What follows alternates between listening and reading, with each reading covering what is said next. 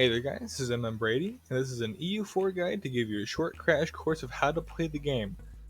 It is by no means an extensive or in-depth guide. This is just a very basics to get you into the game. If you do want one of those, I'll have a few listed in the description that I find very helpful. So the first thing we're going to be going over is how to actually create a game. So once you launch the game, you're going to be on the screen. I'm going to want you to hit the single player button, and today we're going to be picking the Ottoman Empire. It is a very, very forgiving and easy country to start off as. So you're going to left click onto it, we are going to hit play, and we're going to be hitting normal mode. Not Iron Man mode, normal mode. So the first thing that's going to be happening is just going to show you this to go over your country or whatever. We don't care about that right now.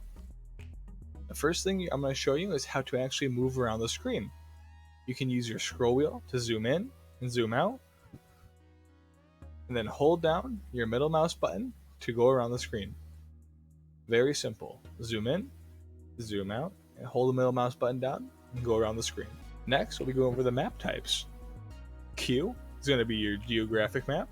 It'll show the geography of the regions. Very simple just to know what kind of geography the area is. W is your normal political map mode, showing you where the countries are. E is going to be your trade map mode.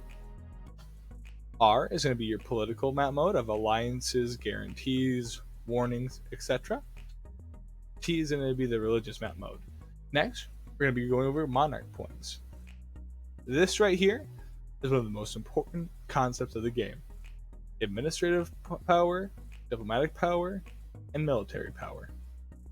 Those are going to be defining what your technology will be and ideas will be, as well as other things throughout the game, such as recruiting generals, coring territory, etc. The main thing you need to know is this right here is going to be showing you what kind of monarch points you are going to be creating, such as military, diplomatic, administrative. You can recruit advisors for some money to make the generate faster, or use the estates menu to do it. Next, we're going to be going over what allies are in this game. As you can see, I'm scrolling around the map. One of the biggest things is, especially when you're new to the game, is getting allies that are going to help you through the more tough parts of it. Such as in this game, as you were playing the Ottomans, you can click on Quinolu, offer an alliance. Same with Equinolu, or most of these beyliks in this region.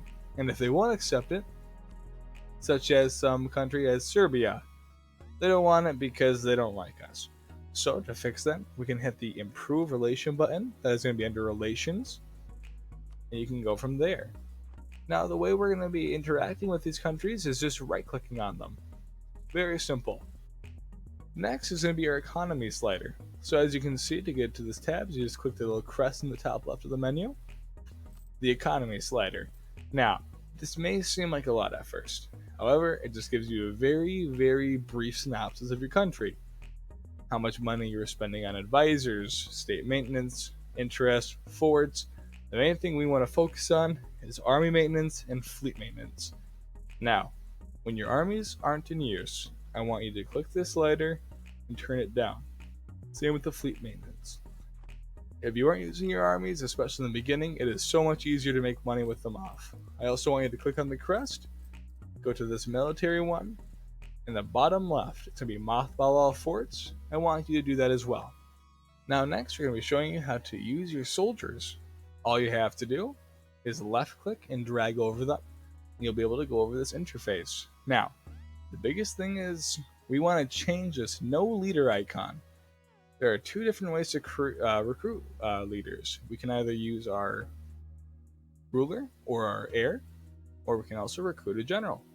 I want you to hit the give ruler military command, and boom, we have a general fed army. Click it again, assign this general to here. We have our two little army groups. Now to move them around, very simple. I just want you to click on the province you want to, right clicking it, and they will move there for you. Now to go to war, or to start any wars that you want to, you can't just declare war. There will be a bunch of penalties, it's just not worth it. However, what you can do is go down to covert actions when you right click on a country, build a spy network, confirm, And once this thing in the top right hits 20, or you can look over it right here, you can hit Fabricate Claim. When you fabricate a claim, then you can go to war. And when you're at war, all you have to do is select the unit and right click it onto the enemy province. Sometimes forts will get in the way, and you have to siege down the forts first before conquering other territories, or else they'll recapture them for the enemy. Now, lastly, two big things are the importance of technology and the importance of buildings. First, technology is very important in this game.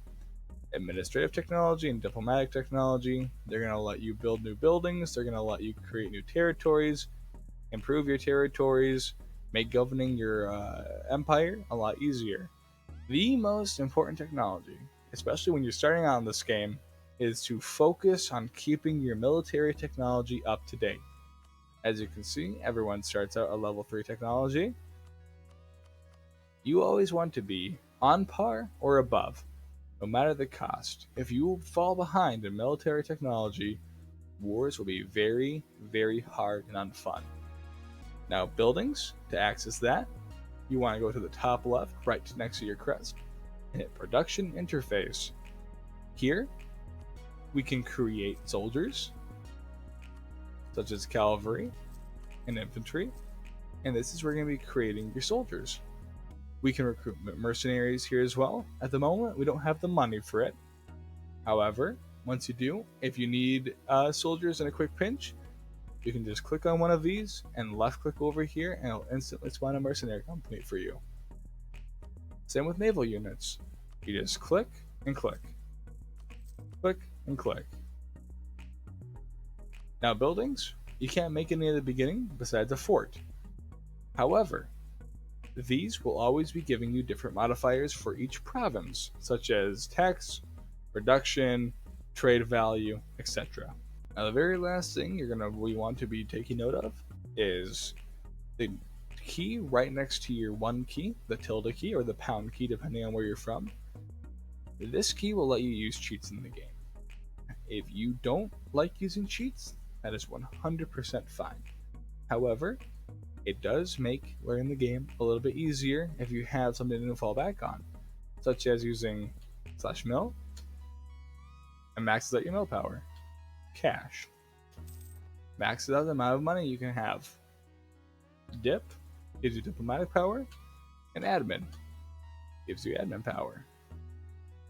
You don't have to use these if you do not want to. However, it just makes the game a little bit easier to learn. That is the crash course, very basic, very fast guide to how to play EU4. Again, if you're looking for more in-depth material, there will be resources in the description. And if you have any questions, comments, concerns, leave them down below and leave a like if you enjoyed this tutorial. Thank you. You guys have a wonderful night.